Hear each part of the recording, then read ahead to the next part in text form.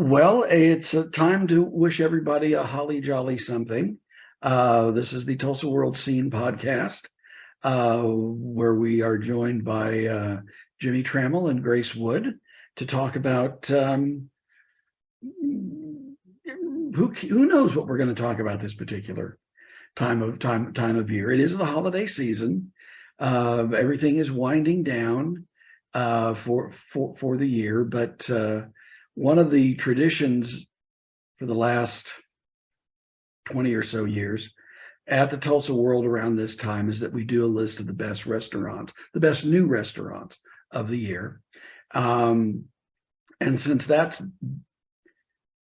basically my bailiwick, I thought that I would ask my distinguished colleagues what new restaurants they have tried this year and what they thought was good and what they thought was bad. We'll start with Grace, and she seems to be smiling. Yeah, there was a couple places I tried this year that really impressed me. The first isn't exactly a restaurant, but the Chef Collective et al. I was really blown away when I went to their dumpling night for the first time probably a couple months ago now. Just the handmade dumplings and the Japanese fried chicken are just so good, and honestly, probably the best I've ever had. And it's just such a cool original idea, the Chef Collective that they have going on, and they're all so talented in their own right. So yeah, really great idea that's really well executed. So that's definitely at the top of my list. And then another one that I really enjoyed this year was trying 1907 Barbecue's location in Mother Road Market. I know they had a food truck before, but I actually never got to try that. So I'm really happy to see that they're doing well in Mother Road Market. I mean, every time I go there, there's always a line to order food, which is a good sign for them. But yeah, just some of the best pulled pork and hot links I've had, and definitely a strong competitor for my favorite barbecue in Tulsa. So I never mind. Have you had a chance to go to Oakhart Barbecue at Third and Oh, Utica? Okay. I haven't. Where are they located? It's at Third and Utica. Okay. And they're another place that you get there before they open and hope they don't run out by the time you get to the front of the line. Wow. That's very good. 1907 is very good as well. The thing that surprised me the most was how good their smoked turkey was. Mm-hmm. It was tender and juicy and smoky, and like all good barbecue, needed no sauce. So that is something to those are two very good suggestions. So how about you, Jimmy? Where have you been? I'm not a great source for this because I'm stuck in my way and go back to the same places over and over and over again that have always been. Mm-hmm. But anytime James Watts writes a review that has the phrase cup and curl pepperoni, I go there. Because I mean, all pepperoni pizzas should be cup and curl pepperonis, in my opinion, because they crisp up and just taste a better texture, in my opinion. I believe I want to try to pronounce this. Is it Zazas in South Tulsa, Bixby? I tried that this year, and then, like I said, any place with cup and curl pepperoni, I'm good with. And this is I struggled to figure out what's brand new in the last year. What's the name of the place across from Church Studio? Has a strange name, fruit kind of food. Asahi. Yes, I went there. I'll name drop. I was a passenger with Danny O'Connor and Scott Kahn, James Kahn's son, and that's where they wanted to go. And it's not a place I would have picked because it's unfamiliar. You don't strike me as a smoothie man. I don't know. No, but I really enjoyed it. I just said, "What do you have with coconut? Fix me something," and they did, and I really enjoyed it. We reviewed that place too. It was our first. They have like I think 5 around the region. They started out down in Bixby, and they have them in most of the major suburbs. But this was their first one, I believe, in the Tulsa city limits. And I agree with you. I mean, I thought it was really, really good. Um, uh, the fruit they use is really fresh and bright, and the flavors of the various mixtures that they put together are really, really good. And you feel kind of righteous when even though it looks like you're having a chocolate milkshake, you're going like, Sure. there's nutrition in here. and you keep telling yourself that, but okay. What's the one restaurant, since you are a man set in your ways, and there is absolutely nothing wrong with that. What is the restaurant you've been to the most this year? I'll ask that to both of you. Well, I live in Rogers County, so you tend to go to what's close. Right. Okay, so we go to we kind of hit the same. For Mexican food, we split Tusa, Claremore, El Maguey, Las Perillas. We just kind of change it up all the time, and we're addicted to chips and salsa. So, but as far as Tulsa, I have a tradition with my friends. We always go somewhere. My high school friends, we go somewhere. We have a Christmas dinner together, and we went to Freeway Cafe. We went for the East Side onion rings, which you can go wrong with the East Side onion rings at Freeway Cafe. How about you, Grace? I think if I had to pick one place, it would probably be Kai Vietnamese. I think I've gone there 3 times this month. I love it so much. And yeah, they just have the best vibes in there too. Like, their staff are so friendly, and the food always comes out super fast. So really can't recommend that place enough. But yeah, I agree. I love it. It's a great place. It's a great story. It's a very much it's 4 sisters carrying things on, although their mother oversees it to make sure that it's okay. Yeah, I mean, for Vietnamese food, it's really, really good. And that I've also been there. I was kind of hurt when they stopped serving lunch on Sunday, because that was usually when I would go. But I'll have to make a point to go out there. Well, we will be announcing the 10 best, or at least 10 best restaurants, best new restaurants in our December 28th edition. This was this is the 3rd year I've done it, and it usually is always easy to pick the first. What's the number one? It's deciding what falls after that is a bit more challenging. But there were some things that I was a little surprised that made the long list. So we'll have that coming up. I was just going to say that sounds like a very difficult task to come up with the 10 best new restaurants of the year. Grace is not. Well, it's actually it's easier because of the star system that we include. Okay. I kind of, okay, how,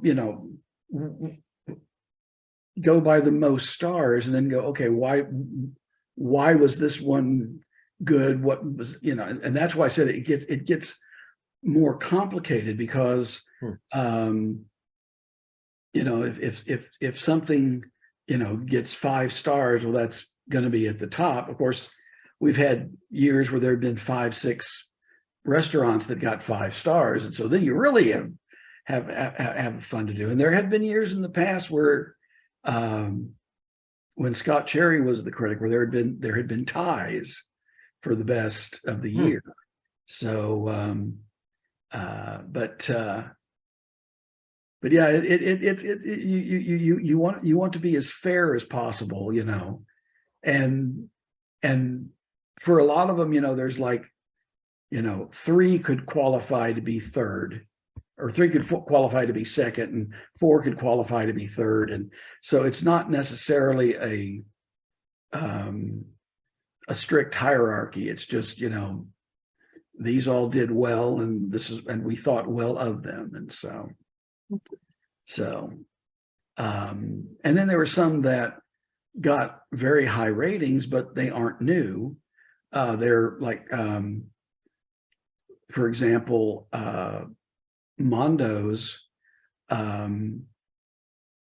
it hadn't been officially reviewed in a very long time, not since they just moved into the new place, and the menu hadn't changed. It's still the same menu, but we wanted to make sure they were still doing well, and we did.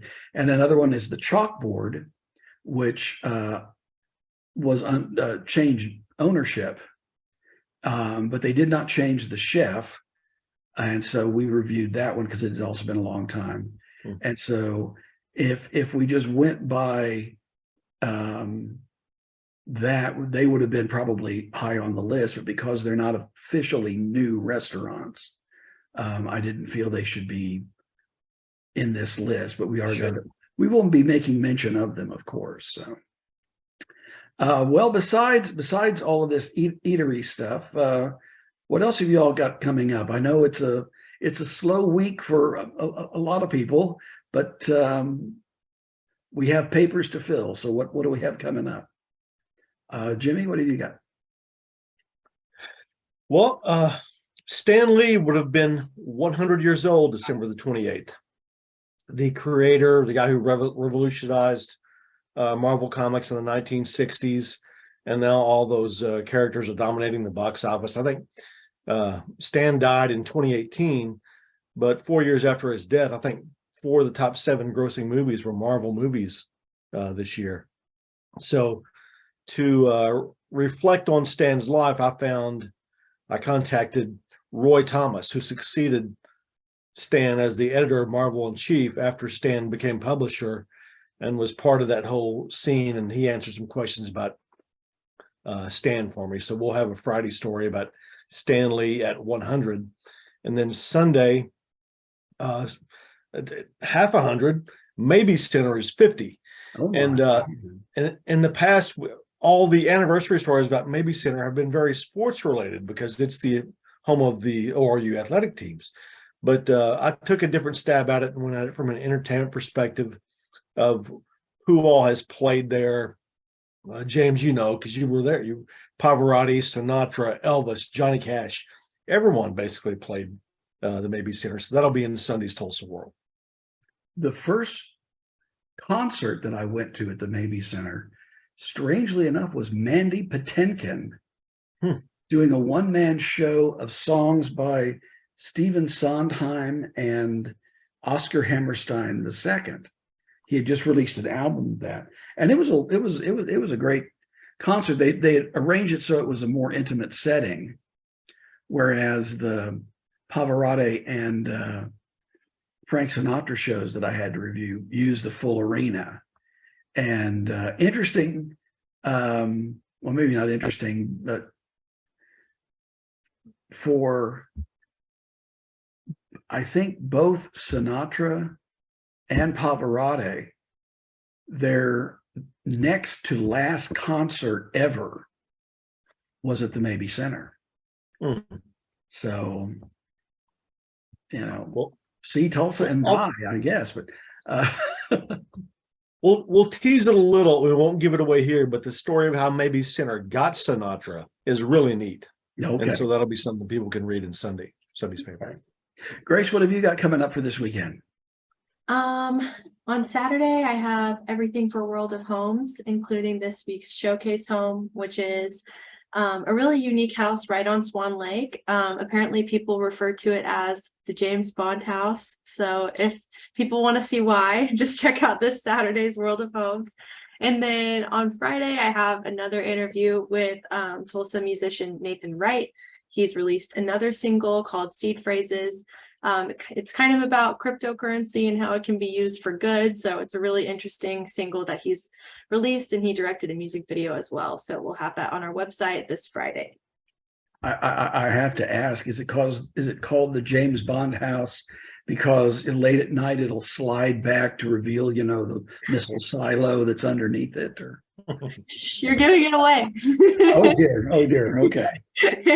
A moat with alligators around it, and you have to hop on the alligators like Roger Moore to escape the house. Yeah. Burly men in suits and dark glasses are going to come for us all.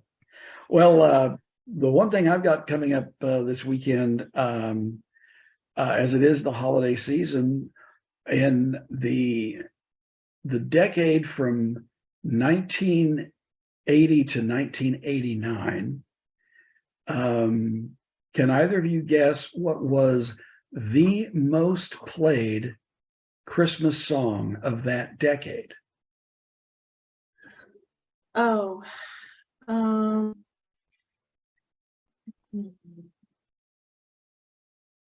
going to go Grandma Got Run Over by a Reindeer. Okay. Always a solid choice. I don't know the name of it, and I don't want to sing it. Here, Well, just James, recite- cover your ears, and she's going to sing it for a second. Okay, there we go.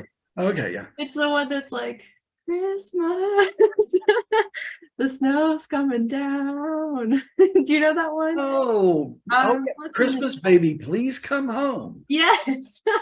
One of my favorite. Neither of those are correct, but I'll tell you what it is in a story on Sunday, and it's very, very strong connection to Tulsa. Namely, the person who wrote it or co-wrote it is from Broken Arrow. Cool. So, Nice. Will there be a name that tune segment in every episode of this podcast from now on? well, I don't know if the people want it, we will be no doubt asked to supply. So, all righty. Well, before we get ourselves into any more trouble in future weeks, we'll take this time now to say thank you for holding on with us, and have a blessed holiday season, and we will gladly see you later.